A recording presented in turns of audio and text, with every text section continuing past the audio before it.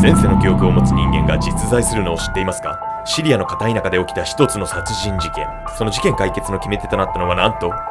前世で殺された記憶を持つ少年だったんです。果たして少年が語った事件の記憶とは、そして死後に我々を待ち受ける世界とは？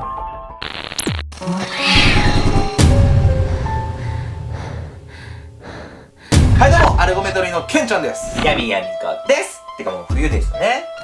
寒いですね。私温めます。何それ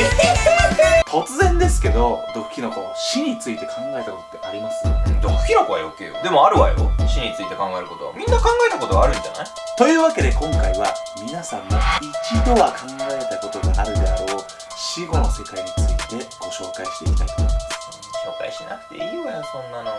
人は死後一体どうなってしまうのか、スピリチュアルや科学で紐解く死後の世界の真相とは。輪廻転生説。人の死についてヒンドゥー教や仏教で独特の観点があります。死んでまた新たな肉体に生まれ変わるという考え方です。起源は古く、少なく見積もっても2500年は遡ることができます。古代より一度も途切れることなく再生の観念は常に人類と共にあったんです。この生まれ変わりの物語が現代社会においてもなお広く世界中の国々で支持され信奉されているという事実。それは生まれ変わりの教えを持つ仏教やヒンドゥー教の国々に限った話ではありません。例えば2005年から2013年にかけて米国のハリス社が行った世論調査によると、神、奇跡、天国といった宗教的観念への信仰率が軒並み減少している中で、アメリカ人の輪廻転生への信仰率はむしろ増加していたんです。それではなぜ信仰率が増加しているのでしょうか。それは前世の記憶を語る人たちが実在しているからなんです。実際前世の記憶についての証言は少なくはないですが、どれもにわかには信じがたくエンターテインメント化しているのが正直なところなんです。しかしそんな中でインターネット上で大きな注目を集めた2人の少年がいます。1人目の男の子はケイド君。彼はなんと自分自身を 9.11 同時多発テロの犠牲者だと主張する発言をしたんです。ケイド君は同時多発テロから約3年後の2004年12月にフロリダに生まれました。ケイド君が3歳の時、突如として自分が自由の女神がある高いビルで働いていたこと、そしてそのビルから落ちて死んでいく姿を上から眺めていたことを話し出したんです。また飛行機や高いビルを極端に恐れたり、飛行機を見るとその行方を気にしたりするようになったんです。自分が死んだ時の悪夢を見た時には尋常ではない泣き方をしたそうなんです。さらには自分の本当の名前はケイドではないので名前を変えてほしいと必死に両親に訴えてきたそうなんです。そんな中ある日、母親がケイド君の話をネットに書くと、ケイド君の証言と同じ亡くなり方をした人がいるという回答が複数件返ってきました。このことからケイド君の話は大きな注目を集めたんです。さらに大きな話題を集めた少年がもう一人いました。数々のミステリーを紹介する動画チャンネルストレンジミステリーズによれば、生まれる直前の記憶を持つ少年がいるというのです。この少年は前世で殺されたと話しています。そして自分が殺された場所を詳細に語り、額にある墓斑はその時に受けた傷だと主張したんです。問題の場所はシリアのゴラン高原。初めのうちは誰も信じていなかったんですが、彼が該当する場所へと大人たちを誘導したことで少しずつ周囲の考えが変わっていったんです。3歳の少年は自分が暮らしていた村の名前や以前の自分の名前を全て知っていたというのです。その情報をもとに直接村へと問い合わせてみたところ、なんと4年前に失踪した男性の名前と一致したんです。当初少年は自分を殺した相手の名前を覚えてはいなかったのですが、村を訪ねて前世の自分の家を訪ねたところ、記憶が徐々に蘇ってきたというんです。そこには多くの見物人がいたそうですが、突然その中のある男性を指さし驚くべき発言をしたんです。以前僕はあなたの家の近くに住んでいた。よく喧嘩をしていて、それであなたに斧で殺されたんだ。僕の体が今どこにあるのかもわかるよ。指摘された男性は彼の発言と額の墓斑を見て一気に顔が青ざめていったんです。その後彼が誘導した地点を掘り起こしてみると、そこには地面に埋められ白骨化した遺体があり、少年の額にある墓斑と全く同じ箇所に大きな損傷があったんです。さらに遺体の近くには農家の男性の衣服が発見され、付近では殺害に利用された斧も発見。そうしてついには少年に加害者だと指名された男性は自身の犯行を認めたんです。このように前世の記憶を持つという証言は多々あり、未だに輪廻転生の考え方は信じられているんです。とどう思いますヤミコさん、この男の子。かっ男の子、でも額に傷があるんでしょ。超かっこいい。こいい。ちょっと見つめないで、そんななんかギラギラした目で。僕もね、額に傷あるんですよ。どこにあんのよ。続いてはね、死後の世界をスピリチュアルの側面と科学の側面から紐解くある説をご紹介していきたいと思います。あんただんだんなんかボケてきたわね。高次元説。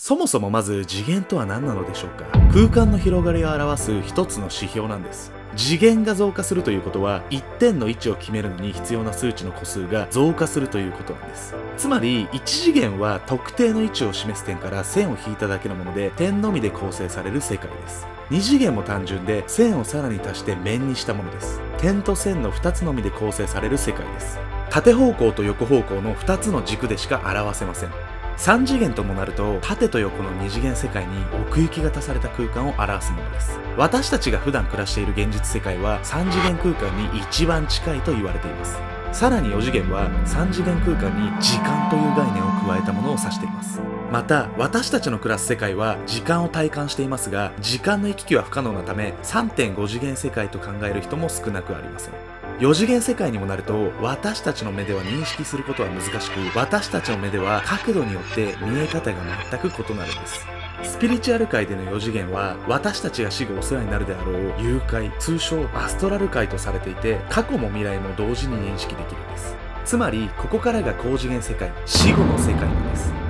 肉体を必要とせず、思い、感情、意志で作られた世界で、思ったことがすぐ現実化されます。5次元ともなるとさらに高次元の世界で無数の時間軸が存在する世界なんです。いわゆるパラレルワールド、平行世界は5次元の考え方と言えます。つまり私たちが暮らす世界とは別の世界がいくつも広がっていて、様々な分岐点のある空間です。その空間を死後行き来できるのが5次元の世界の魂の概念なんです。3次元世界にいる現在の私たちからは5次元世界を認識するのは不可能です。また、スピリチュアルの世界では5次元世界は霊界、通称エーテル界と表します。この次元では4次元世界での思い、感情、意志が無限に存在していて、その無数に存在する大きな集合体が5次元世界なんです。高次元に行けば行くほど共通の意識を持つようになり、神と意識を共有することに近い現象が起きるんです。このようにスピリチュアルの考え方によると、死後魂は高次元へと向かい、神のような存在の原意識に集中していくというのです。簡単に言うなら、高次元世界では一人一人の意識はそれぞれが発信せずともテレパシーのようにつながっていて、それぞれの意識が集合したのが神という存在だというのです。つまり死後、魂が高次元に行くと、私たち自身が神の一部を担うということになるんです。つまり高次元に行くと意識が共有されるってことでしょ。ってことは私の気持ちも筒抜けってことよね。こっち見んなお前。続いては、死の淵に立たされた人が死後の世界を体験したとするある説をご紹介していきたいと思います。だから何それ、さっきから何急にボケ始めんのよ、あんた。臨死体験説。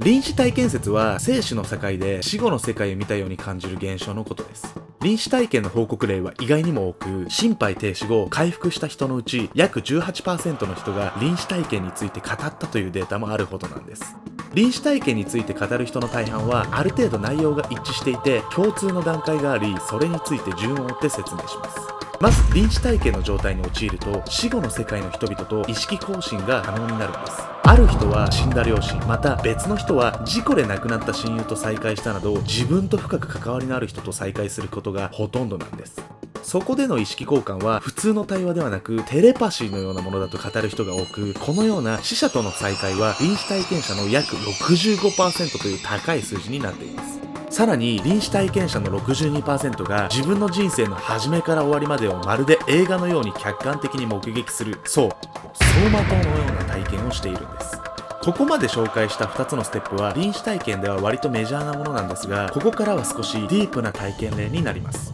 走馬灯を見た臨死体験者はその後、神や神聖な存在に出会ったと報告したんです。このような体験をしたのは臨死体験者の約 56% にも上ります。さらに驚くことに、そのうちの 75% は神の存在を信じない無神論者だったんです。さらに臨死体験の深い階層に進んでいくと、自分と知識が膨大で無限であると感じ、あらゆる世界の知恵や秘密が共有できたかのような感覚になるそうです。またさらに深い階層に進んだと語る体験者は、自分の今いる世界だけではなく多種多様な世界を見たと語ります。つまりパラレルワールドを経験しているんです。この報告は臨死体験者の約 46% にも上ります。しかし臨死体験者のほとんどの人がこの階層以降のより深い場所には進めず、時期尚早だと促され、選択の余地なく現世に引きずり戻されたんです。臨死体験自体は科学的な根拠も全くなく、信憑性にはもちろん欠けているんですが、臨死体験者の不可解な証言の一致を否定することも難しいのが現実です。また先ほど紹介した高次元の世界と臨死体験者が見た光景は非常に酷似しているのがわかります。彼らが見た死後の世界について少しでも証明することができれば、死後の世界の存在を肯定することが可能であるかもしれないんです。臨死体験で見れるって言われている死後の世界、本当なんですかねこれ。死ぬと神に近づくんでしょ。私もヤミ子様じゃない。認めてくれんの？なんかはっきり言いなさいよ、あんた。なんか闇サイト運営で100億を騙し取った天才、 NASA の機密情報を抜き取った男。次回はたった一人で国を混乱させるほどのサイバー犯罪を引き起こした天才ハッカーをご紹介。実はこのハッカーには驚愕の過去が。